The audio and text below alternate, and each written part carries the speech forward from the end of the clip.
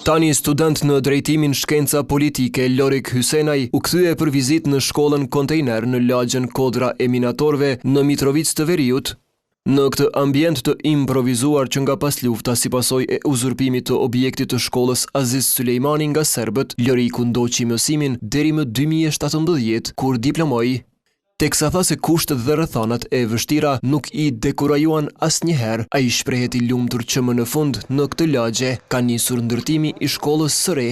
Realisht është një lajm i jashtëzakonshëm për ndërtimin e objektit të ri, pra gurthemelin e shkollës së re të Aziz Sulejmanit, e cila ka qenë kërkesë e kamotshme si e banorëve ashtu edhe mësimdhënësve dhe nxënësve të cilët kanë qenë, si dhe disa që edhe vijojnë mësimin, pra për kushte më të mira si dhe një objekt meritor siç e kanë pra gjithë nxënësit anë mbar Kosovës. Njëkohësisht, sikur në Kodrën e Minatorëve, po vijojnë punët për ndërtimin e shkollës së re bashkë me Qerdhën, edhe në atë që njihet si lagja e Boshnjakëve.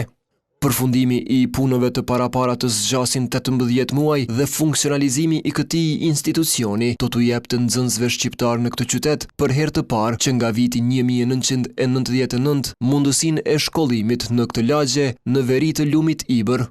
Ish-drejtori i shkollës Nonda Bulka, Latif Hajrizi, u shpreh jashtëzakonisht i lumtur që lagja po bëhet me shkollë sërish, teksa tregon për vështërsitë dhe dhunën ndaj shqiptarëve në kohën e okupimit, si dhe pamundësimin e kthimit në objekt pas luftës. Me padurim po e pres, jo veç unë, po të gjithë fëmijët, të gjithë nxënësit e lagjes, edhe këtu po apeloj. Të gjithë banorët e kësaj lagje, të gjithë ata që kanë fëmijë, pasardhës, le të kenë synimin këto me i sjellë.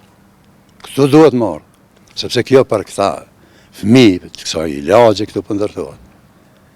Edhe sipas kushdo, edhe nacionalitetit tjetër kushdo që është, kjo shkollë nuk mbyllet, domethënë për të tjerë. Krahas ndjenjes së lumturisë, Fevzi Beqiri nga Këshilli i Lagjës shprehu indinjat ndaj qeverive të kaluara dhe e lavdëroi atë aktuale.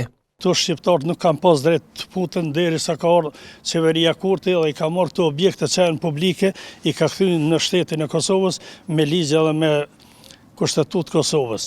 Por tani normal që edhe fëmia e ngëzu se po ndërtohet shkolla e re, po ndërtohet edhe Qerdhja, ka filluar edhe gurthemeli në Kodrën e Minatorëve që ka qenë një kontinjer shekullin 21, u kon turpi i Bashkisë Ndërkombëtare edhe turpi i partive opozitare. Derisa objekti i vjetër i shkollës Aziz Sulejmani vijon të jetë i uzurpuar dhe për rrjedhoj, nxënësit shqiptar mësojnë në kontejner, objekti i vjetër i shkollës Nonda Bulka nuk ekziston më dhe nxënësit e saj ndjekin mësimin në jug.